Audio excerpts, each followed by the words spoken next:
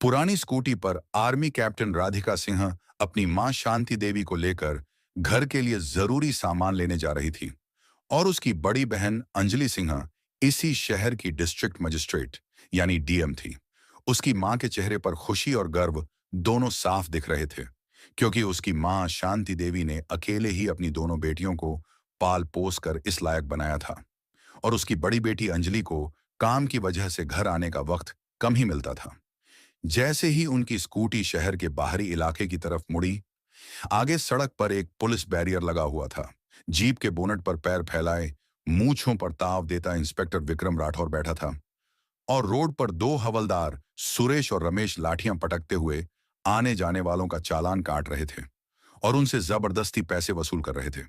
उसी वक्त दूर से राधिका सिंह अपनी पुरानी स्कूटी पर अपनी मां शांति देवी को लेकर आ रही थी। जैसे ही उन्होंने बैरियर पार करने की कोशिश की, इंस्पेक्टर विक्रम राठौर ने हाथ उठाकर गरजते हुए जीप के बोनट से उतरा और कहा, ए लड़की, स्कूटी साइड में लगा। कहां भाग रही है? बहुत जल्दी है क्या? राधिका ने शांति से स्कूटी रोकी और उसके चेहरे पर कोई डर नहीं था। बोली, जी साहब, हम घर के लिए जरूरी सामान लेने जा रहे हैं। अगर कागज देखने हैं तो हमारे पास सारे कागज हैं। विक्रम राठौर ने उसकी ओर देखकर ठाका लगाया। ओहो, बड़ी बहादुर बन रही है। और तेरे पीछे ये बुढ़िया कौन है? कहां से आ रही है? एक हवलदार सुरेश हंसते हुए बोला, सर जरूर कोई नाटक कर रही है। चेहरा देखो, बड़ी शरीफ बनने का ड्रामा कर रही है। दूसरे हवलदार रमेश ने और भी भद्दे अंदाज में कहा, सर, इस बुढ़िया और लड़की का तो शक्ल ही देख लो, चोरी चकारी की मास्टर लग रही है। बुढ़िया ये शब्द राधिका के दिल में चुभ गए। उसकी आंखें लाल हो उठी। उसने गहरी सांस लेकर जवाब दिया, जुबान संभाल कर बात कीजिए। ये मेरी मां है। हमारे पास सारे कागज मौजूद हैं। आप सिर्फ अपना काम करिए। किसी के बारे में ऐसे शब्द बोलना ये पुलिस वालों के मुंह से शोभा नहीं देता। इतने में इंस्पेक्टर विक्रम राठौर गुस्से में आग बबूला हो गया और बोला, अबे चुप! तेरी जैसी लड़की हमें बोलना सिखाएगी तू? हमें कानून मत सिखा। हमें अच्छी तरह पता है कौन शरीफ है और कौन नहीं। निकाल कागज। राधिका ने स्कूटी की डिग्गी से लाइसेंस और कागज निकालकर इंस्पेक्टर विक्रम राठौर को दिए।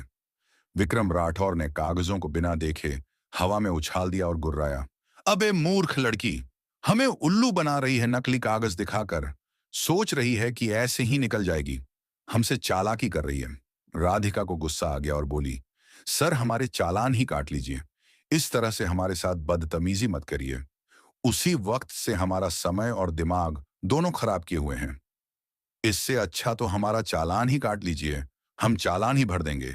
इतना सुनते ही इंस्पेक्टर विक्रम राठौर आगे बढ़ा और बिना किसी झिझक के एक जोरदार थप्पड़ राधिका के चेहरे पर जड़ दिया। उसकी आवाज इतनी तेज थी कि पूरी सड़क पर सन्नाटा छा गया।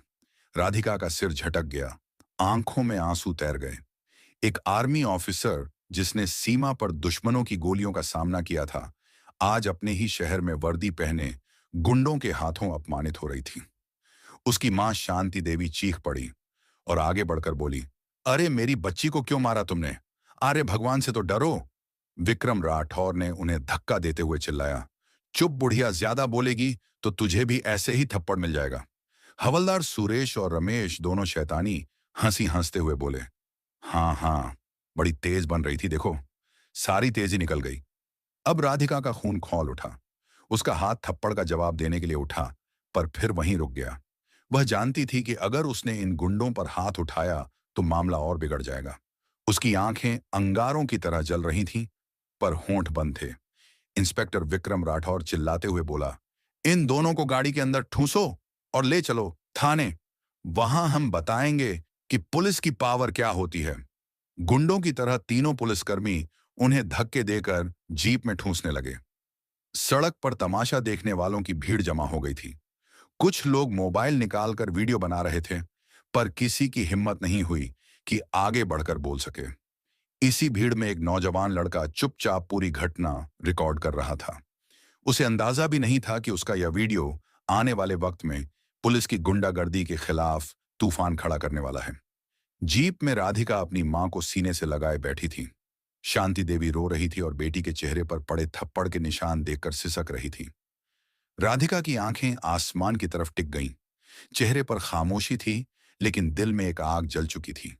वह जानती थी यह अपमान वह चुपचाप नहीं सहने वाली। थाने पहुंचते ही विक्रम राठौर मूंछों पर ताव देता हुआ गरजा, अबे हवालत में ठूंस दो इन दोनों को। सुबह तक सारी अकड़ निकाल देंगे, फिर देखेंगे इनकी औकात।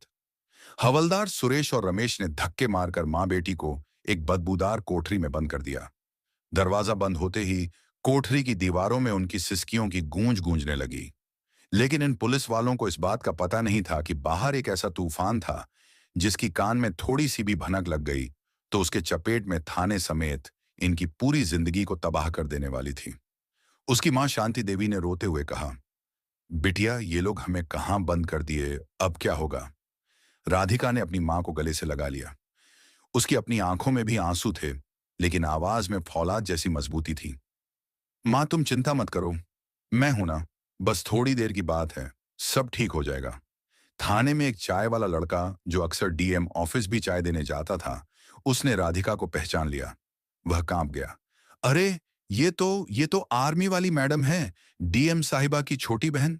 लेकिन इंस्पेक्टर के खौफ से वह कुछ बोल नहीं पाया और चुपचाप वहां से खिसक गया। थोड़ी देर बाद एक सब इंस्पेक्टर शराब के नशे में धुत होकर हवालत के पास आया। हाथ में बोतल लहराते हुए बोला, अबे कौन हो तुम दोनों, बड़ी वीआईपी बनी फिरती हो, बताती क्यों नहीं अपना असली नाम। राधिका ने उसकी तरफ नफरत से देखा पर कुछ बोली नहीं। वह शराबी दरोगा भी कुछ और उल्टा सीधा बकता हुआ चला गया। धीरे धीरे रात गहराने लगी। हवालत के अंदर मच्छरों की भिनभिनाहट, सीलन की बदबू और घुटन बढ़ती जा रही थी। शांति देवी को अस्थमा की शिकायत थी। उस घुटन भरे माहौल में उनका दम घुटने लगा। वह जोर जोर से खांसने लगी। राधिका घबरा गई। उसने दरवाजा पीटना शुरू कर दिया। कोई है, दरवाजा खोलो, मेरी मां की तबीयत खराब हो रही है, प्लीज किसी डॉक्टर को बुलाए। उसने बार बार आवाज दी, लेकिन उसकी आवाज थाने के शोर में दबकर रह गई। बाहर से एक सिपाही की आवाज आई, अबे चुपचाप पड़ी रह, ड्रामा मत कर, सुबह से पहले कोई दरवाजा नहीं खुलेगा। पूरी रात राधिका अपनी मां का सिर गोद में रखे बैठी रही। वह अपनी मां की पीठ सहलाती रही, उन्हें हिम्मत देती रही। सुबह होते होते उसकी आंखें रोष और बेबसी से लाल हो चुकी थीं। अभी तक जिले के किसी भी बड़े अधिकारी को खबर नहीं थी कि एक आर्मी ऑफिसर और जिले की डीएम की मां एक अंधेरी कोठरी में कैद है। दूसरी तरफ जिला प्रशासन में हड़कंप मचना शुरू हो गया था। डीएम अंजलि सिंह सुबह से अपनी मां और बहन को फोन कर रही थी, लेकिन दोनों का फोन बंद आ रहा था। उन्होंने अपने ड्राइवर को घर भेजा तो पता चला कि वे सुबह से ही बाहर निकली हैं और लौटी नहीं। अंजलि का दिल किसी अनहोनी की आशंका से बैठने लगा। तभी सोशल मीडिया पर वह वीडियो किसी ने पोस्ट कर दिया। पुलिस की गुंडागर्दी मां बेटी को सरेआम बीच रास्ते पर बदसलूकी की और जीप में डाला। वीडियो आग की तरह फैलने लगा।